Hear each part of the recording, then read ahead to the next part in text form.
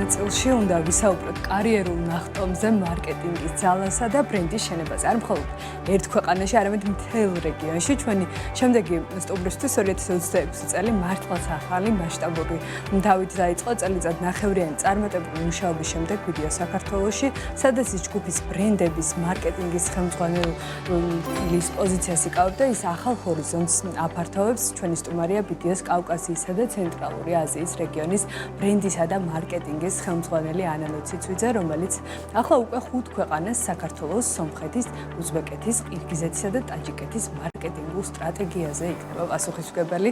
ანა უკვე გვერდდება ახალ ამპლუაში. პირველად არის ჩვენი სტუმარი და საინტერესო ამბებს მისგან პირადად შევიტყობთ. ანანო, პირველ რიგში გილოცავთ ამ ახალ და ძალიან საპასუხისმგებლო სტატუსს ამავდროულად.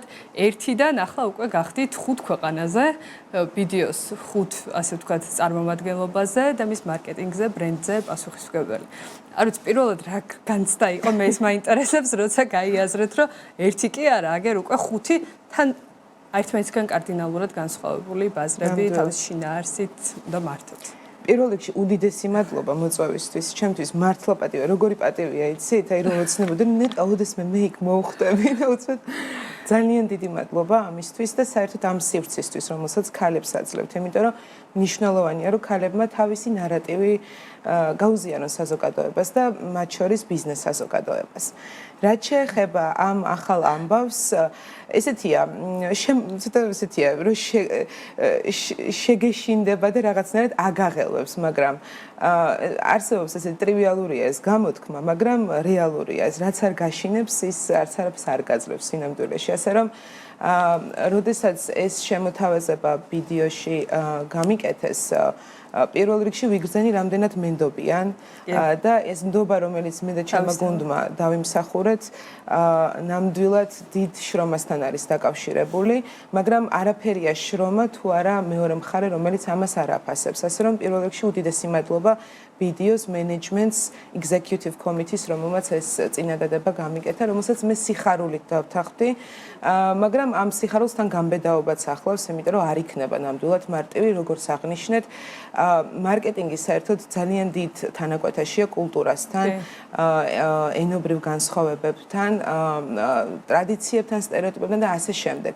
შესაბამისად, ეს 5 ქვეყანა იდენტობის თვალსაზრისით ერთმანეთისგან განსხვავდება და საერთო სპოვნა და აი ამ საერთოზე დაშენება ბრენდის, რომელსაც უკვე თავისი ძალიან მკვეთრად გამოხატული შინაარსი აქვს, რთული მისია, მაგრამ მე დარწმუნებული ვარ, რომ BDS ეგიდით ამას შევძლებთ. თქვენ რა სტრატეგია გაქვთ უკვე შემუშავებული, რომ ეს 5 სრულად განსხვავებული კულტურის, განსხვავებული ბიზნეს მენტალიტეტის მქონე ქვეყანა რაღაცნაირად ერთობლივი ძალით ერთიანი ხედვით, სტრატეგიით მართოთ. თუ ეს რაღაცა გარკვეულწილად პროცესში მოვა უკვე, როდესაც პრაქტიკაში გაეცნობით, თუ გარკვეულწილად გაქვთ რაღაცა, არ ვიცი, ოქროს წესი შემუშავებული, რაც იცით რომ გაჭრის ნებისმიერ მათგანზე.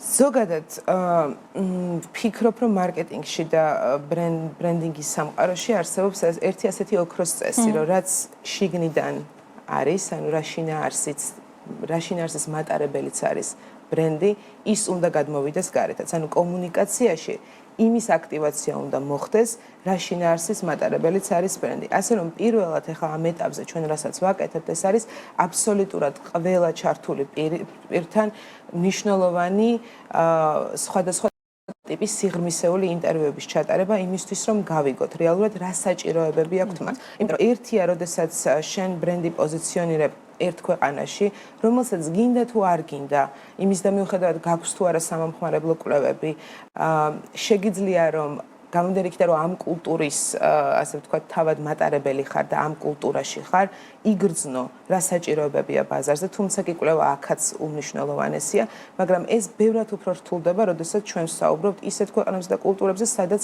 ფიზიკურად ეხლა შეიძლება არ ვიყოთ, ხო, სადაც არ გავზრდილვართ, რა ენაზეც ჩვენ არ ვსაუბრობთ. ამიტომ ეხლა ამ პირველ ეტაპზე, რომელიც არის სამუშაოებით დატვირთული იმის, რომ შეიქმნას სტრატეგია, იმისთვის, რომ განისაზღვროს საკომუნიკაციო ხაზები, ფორმატები, და ასე შემდეგ. უმნიშვნელოვანესია, რომ ჩვენ გავიგოთ თვითონ სერვის პროვაიდერებს რეგიონის მასშტაბით რა საჭიროებები აქვთ. ამ საჭიროებებს შევახვედროთ, ასე ვთქვათ, ბრენდისთვის სასწრაფოდ მნიშვნელოვანი აქტივობები, ეს რაღაცნაირად გავაერთიანოთ და ამის აქტივაცია შევძლოთ უკვე რეგიონის მასშტაბით. ისე რომ BDO CCA, ანუ BDO ცენტრალურ აზიაში, BDO კავკასიასა და ცენტრალურ აზიაში აღიქმებოდეს როგორც ერთიანი ბრენდი, რომელიც ღირსეულად აგრძელებს იმ ძალიან მნიშვნელოვან ბრენდის იდენტობას, რომელიც BDO-მ ზოგადად მსოფლიოს მასშტაბით შეძლო და შექმნა. აი თქვენი წილი შედეგი როგორ განისაზღვრება ამ ბაზარზე, რაც თქვენ გუნდთან ერთად დადეთ და რამაც პრინციპში საფუძველი ჩაუყარა იმ დობას, რომ უკვე 5 ქვეყანა ჩაგბარდათ ერთდროულად. რა არის მთავარი მიღწევა ამ მიმართულებით, რასაც უკვე შემდეგ წაიღებთ კავკასიაში, ცენტრალურ აზიაში, საქართველოსთან? უდიდესი მადლობა ამ კითხვისთვის. ზოგადად B2B მარკეტინგი, ანუ როდესაც ბიზნესზე ურთიერთობება არის გაჟღენთილი ძალიან ბევრი სტერეოტიპით და ძალიან ბევრი წინასწარ განსაზღვრული სირთულეებით. მაგალითად, იმ მოსაზრებით, რომ B2B მარკეტინგული კომუნიკაცია არ არის საჭირო იყოს აქტიური, არ არის საჭირო იყოს კრეატიული, არ არის საჭირო იყოს მრავალფეროვანი.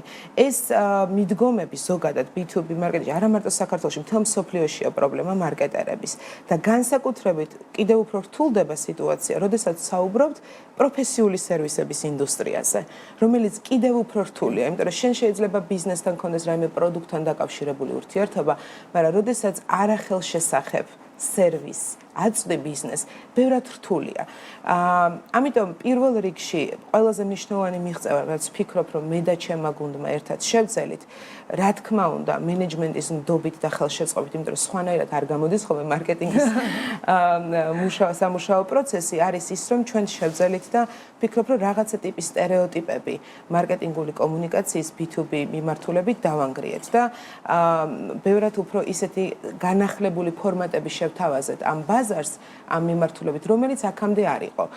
ობიექტური დაკვირვებით შემიძლია ვთქვა, რომ ამ მიმართულებით, ანუ პროფესიულ სერვისებში სულ უფრო და უფრო მზარდია, უფრო მეტად ხარისხიანი კონტენტის შექმნა, უფრო მეტად გააქტიურებული კომუნიკაციები იქნება ეს ციფრულ არხებში თუ არაციფრულ არხებში და ასე შემდეგ. მე ვფიქრობ, რომ ამ მიმართულებით BDO პიონერია ისევე როგორც სხვა ბევრი მიმართულებით. აი მაგალითად, ძალიან მალე პირველად აქ ვიტყვი, საქართველოში გაკეთება პირველი ხელოვნური ინტელექტით გენერირებული სარეკლამო კამპანია ამ ინდუსტრიაში. ესეთი ტიპის, ასე ვთქვათ, გამოცდილებები სხვა ინდუსტრიებს, მეტწილად B2C ინდუსტრიებს უკვე აქვს საქართველოში და კოლეგები ძალიან საინტერესო რაღაცებს ქმნიან. თუმცა B2B არის პირველი? ხო, B2B არის პროფესიული სერვისები არის პირველი და არც მეტი, არც ნაკლები ბუღალტერის აუთსორსინგზე ვაკეთებთ ამ AI გენერირებულ კამპანიას. ეს როდის ჩაეშვება და ზოგადად რას მოიცავს? ეს არის სრულად ავტომატიზირებული თუ მათ შორის ადამიანის ასე ვთქვათ, გარკვეული წვლილიც არის ამ ამბავში? ადამიანის წვლილიც არის, ცხადი ადამიანები მუშაობენ იმისთვის, რომ ეს AI დააგენერიროს.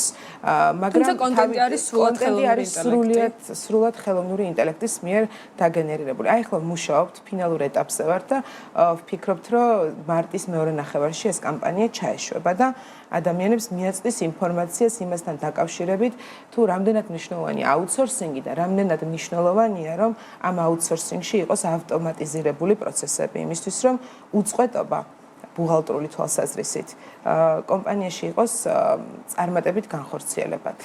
რა მოგცათ თქვენ პირველ რიგში, უკვე შედეგები გარკვეულწილად მოაზრებული გექნებათ, რა ბენეფიტები AI-ის კამპანიამ, ვიდრე ვთქვათ, გეთანამშრომლად ტრადიციულ იგივე კრეატიულ სააგენტოებთან და შეგექმნათ ისეთი ვიდეო რგოლები, რომლებსაც ვხედავთ ხო და ბიზნესი აქტიურად მიმართავს. რა უპირატესობებით გამოირჩევა ეს ნაწილი? მე ვფიქრობ, რომ ამ თემაზე კი აუცილებლად BMG-ში ვისაუბრებთ მეტ დეტალებზე. მე მგონი ბევრს არაფერს არ ამჟღავნებთ ჯერჯერობით. არ მინდა რომ ძალიან ბევრი დრო წაიღოს ამან, იმიტომ რომ სამუშაო პროცესია, მაგრამ ერთი ყველაზე მნიშვნელოვანი ალბათ, რასაც გამოვყოფთი არის ის, რომ ბევრად უფრო მოსახერხებელია თვითონ სამუშაო პროცესი. პროცესი. იმიტომ რომ როდესაც მუშაობ production-თან და გადამღებ ჯგუფთან, ამას აქვს თავისი ძალიან ბევრი დადებითი მხარეები. მე არ ვფიქრობ, რომ ეს ჩანაცვლებადია. პირიქით, მე ვფიქრობ, რომ ეს ორი რაღაცა ერთმანეთს ავსებს, მაგრამ ერთი განმასხვავებელი და ასე ვთქვათ, პრიორიტეტული ამბავი არის ის, რომ მარტივად შეგიძლია კადრის შეცვლა. თუ კი ეს არ არის ის, რასაც შენ ელოდები, მაგალითად, როგორც დამკვეთი და ამ შემთხვევაში კრეატორიც. მოკლედ, უფრო მოსახერხებელია. აი, დაახლოებით ისე ფინანსურადაც ცხადია, ბევრად მოსახერხებელია. ესე იგი, პროცესების, ფინანსების ყველაფრის ავტომატიზაცია ხდება რესურსების დაზოგვა, პრინციპში ისთვისაც ალბათ შეიქმნა AI, რომ გაუმარტივოს ბიზნესს, მათ შორის ყოველდღიურობა და გამომდინარე იქიდან, რომ თქვენს დიჯიტალზე მინდა რომ ფოკუსირდეთ და ვიდეო დიჯიტალის მიმართულებასაც ხელმძღვანელობთ მარკეტინგის კუთხით, ამ მხრივ მაინტერესებს ეს თანამედროვე ტექნოლოგიები, ზოგადად AI, ციფრული სერვისები და ასე შემდეგ და ასე შემდეგ. რამდენად ეხმარება დღეს საქართველოში ბიზნესებს პროცესების უფრო სწორად და ეფექტიანად წარმართვაში და ამ მხრივ რეგიონშიც უკვე რა პოტენციალს ხედავთ და საქართველოს თუ აქვს უპირატესობა ან თუ ჩამოვრჩებით, რა სურათი იკვეთება შედარებითი ანალიზი რას გუჩვენებს? ალბათ მე ნაკლებად ვარ ის ადამიანი, რომელმაც ამაზე შეიძლება სიღრმისეულად ისაუბროს, თუმცა ჩემი აზრი, ჩემი პროფესიიდან გამომდინარე, თუ ჩვენ როგორ ვიყავით. თუნდაც იმ დარჩენილი 4 ქვეყნის მაგალითზე. ხელოვნურ ინტელექტს შეგვიძლია ესეთი რამ ვთქვათ, რომ მე მგონი ის ეტაპი, როდესაც რაღაცა საინფორმაციო ბუმი იყო ხელოვნურ ინტელექტზე, რომ ყველა რაღაცა ნაკლებად დაფიქრებით, ნაკლები ცოდნით, ასე ვთქვათ, აინტეგრირებდა ამა თუ იმ ტიპის AI ხელსაწყოს თავის სამუშაო პროცესში, ვფიქრობ, რომ ეს ეტაპი ნელ-ნელა გადადის და ვხვდებით, რომ ამის გამოყენებასაც ცოდნა სჭირდება. და ძალიან მნიშვნელოვანია, იმიტომ რომ თუ კი ჩვენ ვამბობთ, რომ მაგალითად ხელოვნურ ინტელექტს ვიყენებ სამუშაო პროცესში, მარკეტინგულ პროცესებში, მაგალითად ხელოვნურ ინტელექტს ვაწერინებ კონტენტს. ეს უკვე არასწორი ფორმულირებაა პროცესის. ხელოვნურ ინტელექტს ვერ დააწერინებ კონტენტს, ხელოვნურ ინტელექტი შეიძლება გამოიყენო იმისთვის, რომ შენს მიერ ნააზრევი გახადოს უფრო მეტად საინტერესო ფორმატის, შემოგთავაზოს უფრო მეტი იდეა და ეს არის ჩათვალეთ ჩვენს პროფესიაში, ჩემი აზრით, აი ამ მიმართულებით მე არ ვსაუბრობ დიჯიტალ მარკეტინგზე, ამ მიმართულებით დამხმარე ადამიანი, რომელთან ერთადაც ქმნი რაღაცას უფრო მეტად ეფექტურად, ერთი და ნაკლებ დროში, ცალსახად. და ვფიქრობ, რომ ეს მიმართულება, ანუ მარკეტინგში AI-ის აქტიურად გამოყენება იქნება ჩვენი ერთ-ერთი ყველაზე დიდი, ასე ვთქვათ, დამხმარე ფაქტორი იმისთვის, რომ დასინქრონდეს ხუთივე ქვეყანაში მარკეტინგული და ბრენდის კომუნიკაცია. ხო, არა ჩამნაცვლებელი, არამედ შემავსებელი ცალსახად. ცხადია. და ეს აღარ არის მომავალი, ეს რეალობაა, როცა ჩვენ ამაზე ვსაუბრობთ. ვიდეო აკადემიის მიმართულებაც მინდა რომ განვიხილოთ დიჯიტალთან ერთად არ დაგვეჩაკროს ესეც და აი ამ და წილშიც ძალიან საინტერესო არის ზოგადად რამდენად ძლიერი იარაღია მარკეტინგში საგანმანათლებლო პროექტები და აი თქვენი დაკვირვებით გამომდინარე იქიდან რომ ამ ბრენდსაც მარკეტინგის სათავეში სწორედ თქვენ უდგახართ რა შედეგებს აჩვენებს რამდენად ეხმარება აი ეს მიმართულება კომპანიას ზოგადად ბრენდის გაძლიერებაში რა როლს თამაშობს და მათ შორის კვალიფიციური მაღალ პროფესიონალი კადრების მოზიდვაში ეცით ვიდეოს ბრენდის იდენტობა დგას ძალიან მარტივ და ამავდროულად რთულად განსახორციელებელ ამბავზე. ადამიანები ადამიანებისთვის. ანუ ჩვენი მთავარი მისია დავეხმაროთ ადამიანებს, დავეხმაროთ არა მხოლოდ გარეთ ბიზნესს, არამედ დავეხმაროთ შიდა კადრებსაც მათ შორის. ეხლა ეს შეიძლება ძალიან ჰიპოთეტურად ჟღერდეს. ან შეიძლება ვიღაცა მიფიქროს, კი მაგრამ თქვენ ხო სერვისში თანხას იღებთ და რაღაცში მდგომარეობს დახმარება. დახმარება არის ის ურთიერთ გაგება და ურთიერთ აღქმა, როდესაც ჩვენთან ბიზნესი მოდის, რომელსაც ჩვენ მას ვთავაზობთ. ანუ ის განცდა, რომელიც ბიზნეს ჩვენთან ურთიერთობის შედეგად რჩება. შესაბამისად, როდესაც ვამბობთ, რომ ადამიანები ადამიანებისთვის არის ჩვენი მთავარი мотиваცია, აქ განათლების და განათლების განსაკუთრებით განგრძობითი განათლების, ხო, ჩვენ ხო არ საუბრობთ ფორმალურ საუნივერსიტეტო განათლებაზე, ხო? ჩვენ საუბრობთ განგრძობით განათლებაზე, გადამზადებაზე, კვალიფიკაციის ამაღლებაზე. აი ესეთი ტიპის სხვადასხვა კურსებით ბაზრის მომარაგება არის მნიშვნელოვანი. განსაკუთრებით თუ კი შენ როგორც ბრენდს გააზრებული გაქვს შენი მისია, რომ შენს ასე ვთქვათ, სამუშაო სივრცეში გროვდება სხვადასხვა ტიპის ექსპერტიზა, გამოცდილება, ადამიანები, რომელსაც ბევრი აქვთ სხვებისთვის გასაზიარებელი. და შესაბამისად ქმნიქვე ბრენდს, რომელიც ემსახურება ამას. გაუზიაროს სხვას ცოდნა და დაეხმაროს კარიერული ნაბიჯების გადადგმაში. ხო, სხვათა შორის სულ ახლახანს დავიწყეთ ახალი საკომუნიკაციო გზავნილით პოზიციონირება ვიდეო აკადემიაში. ჩვენ ვამბობთ, რომ ვართ ნებისმიერი ადამიანის ზრდის პარტნიორი, მათ შორის ბიზნესის ზრდის პარტნიორი, იმიტომ რომ აკადემია არ მოიცავს მხოლოდ B2C კურსებს, მოიცავს ასევე ბიზნესის გადამზადების კურსებსაც.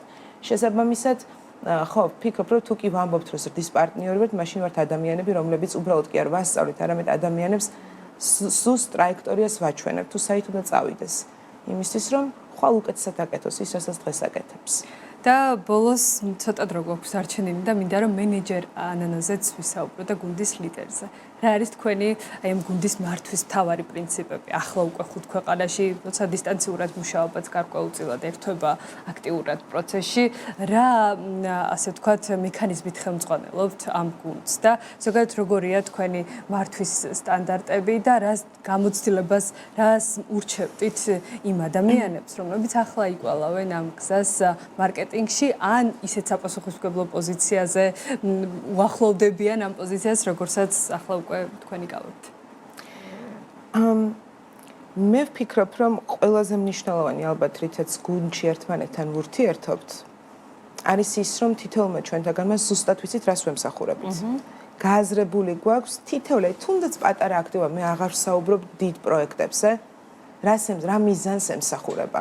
ზუსტად ვიცით, რომ რაღაცებს ვცვლით ინდუსტრიაში, მარკეტინგული კომუნიკაციის თვალსაზრისით და ეს გვეამაყება და ეს ძალიან დიდი мотиваციაა თითოეული ჩვენგანისთვის.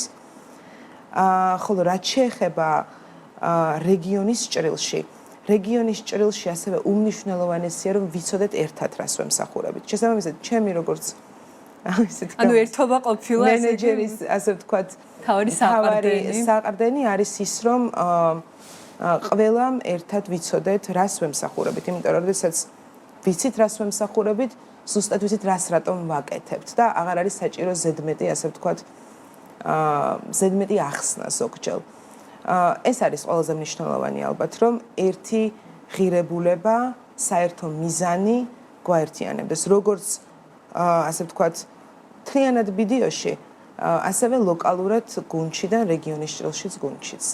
ხოლო რაც შეეხება რას ხო, ვინც გეგმავს რომ ამ პროფესიას დაუკავშიროს თავისი ცხოვრება, რას ურჩევდით დამწყებებს და რისთვის უნდა იყვნენ მზას, რა უნარები უნდა გამოიმუშაონ, რომ გარდაუვალ წარმატებას მიაღწიონ პროფესიაში. გარდაუვალ წარმატებას არ და იმ მასშტაბის რასაც უკვე თქვენ მიაღწიეთ. ძალიან დიდი მადლობა იმდენ ჯერ შემაქეთ რომ არა, ეს ფაქტია პრინციპში ადასტურებს აგერ ეს მაჩვენებლებიც რომ 5 ბაზარი ჩაიბარო ერთდროულად, ეს თავის მხრივ ძალიან დიდი ცოდნის დაგროვებული გამოცდილების გამოძახილია თავისთავად, ხო და ეს ყველაფერი ალბათ რომელიც მათ შორის ძალიან მნიშვნელოვანი რომ ადამიანმა თავად გაკვალოს და ეს არის სწორედ საინტერესო რომ თქვენი გაკვალული გზიდან რა არის ის მთავარი საკვანძო საკითხები, რისი გათვალისწინებაც სხვებისთვისაც იქნებოდა ძალიან სასარგებლო. მე ვფიქრობ, რომ ალბათ დღეს თანამედროვე მარკეტინგში, როდესაც აი ამ ხელა როლი, ხელოვნური ინტელექტის ყველაზე მნიშვნელოვანი ალბათ ერთ-ერთი ყველაზე მნიშვნელოვანი ორი უნარი, რომელიც მარკეტერს უნდა ქონდეს, ეს არის კონტექსტის გააზრების უნარი და მეტაფორული აზროვნება. გარდა იმისა, რომ აუცილებლად უნდა იცოდე, როგორ წაიკითხო მონაცემები და ამ მონაცემებზე როგორ დააფუძნო კომუნიკაცია, მაინც ვფიქრობ, რომ კონტექსტის გააზრების უნარი არის უმნიშვნელოვანესი. ამიტომ იმისთვის, რომ ეს გამოუმუშავდეს ადამიანს, ვფიქრობ, ძალიან ბევრი უნდა იკითხოს. მათ შორის მხატვრული ლიტერატურა. შეიძლება პარადოქსულად ჟღერდეს, რომ მარკეტერებთან აშუაში ამ მხატვრული ლიტერატურა სინამდვილეში ძალიან მნიშვნელოვანია. იმისთვის, რომ გამომუშავდეს მეტყველების უნარი, იმისთვის, რომ გამოიმუშავოს ადამიანმა წერის კულტურა და ასე შემდეგ. სიტყვების მარაგი, ფანტაზია, კავშირის დანახვის შესაძლებლობა, ნარატივის გაშლის უნარი, ჟურნალისტებთან ურთიერთობა და ასე შემდეგ. ამიტომ ძალიან მნიშვნელოვანია, რომ რაც შეიძლება მეტად ვიცნობდეთ, მე ვფიქრობ, მათ შორის კინემატოგრაფიასაც, ვახსენე ლიტერატურა ძალიან მნიშვნელოვანია და ამის გარდა ჰუმანიტარული, ასე ვთქვათ, საფუძველისა, უმნიშვნელოვანესი აკადემიური განათლება. ძალიან ხშირად ისმის დღემდე სამწუხაროდ, რომ იმისთვის, რომ იყო მარკეტერი, არ არის აუცილებელი, რომ ქონდეს აკადემიური განათლება. სინამდვილეში რამდენადაც ვერ გახდები ექიმი, თუ კი არ გაივლი უამრავ საფეხურს, აკადემიურ საფეხურს, ხო?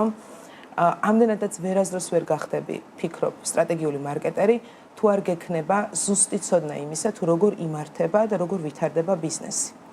შესაბამისად, აი ეს გვაძლევს სწორედ იმის შესაძლებლობას, რომ მოვიფიქროთ ისეთი გადაწყვეტები კომუნიკაციაში, რომელიც ემოციებს ვატებს, ანუ მონაცემებზე დაფუძნებული გადაწყვეტილებები, რომელიც ემოციას იწვევს და არა ემოციაზე დაფუძნებული გადაწყვეტილებები, რომელსაც აკადემიური სარჩული არ უმაგრებს გვერდს. ძალიან დიდი მადლობა, ანანო.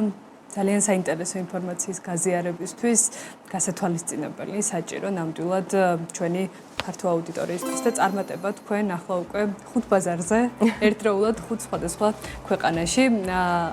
ანანო ციცვიძე, ვიდეოს კავკასიისა და ცენტრალური აზიის რეგიონის ბრენდისა და მარკეტინგის ხელმძღვანელი იყო ჩვენთან ერთად.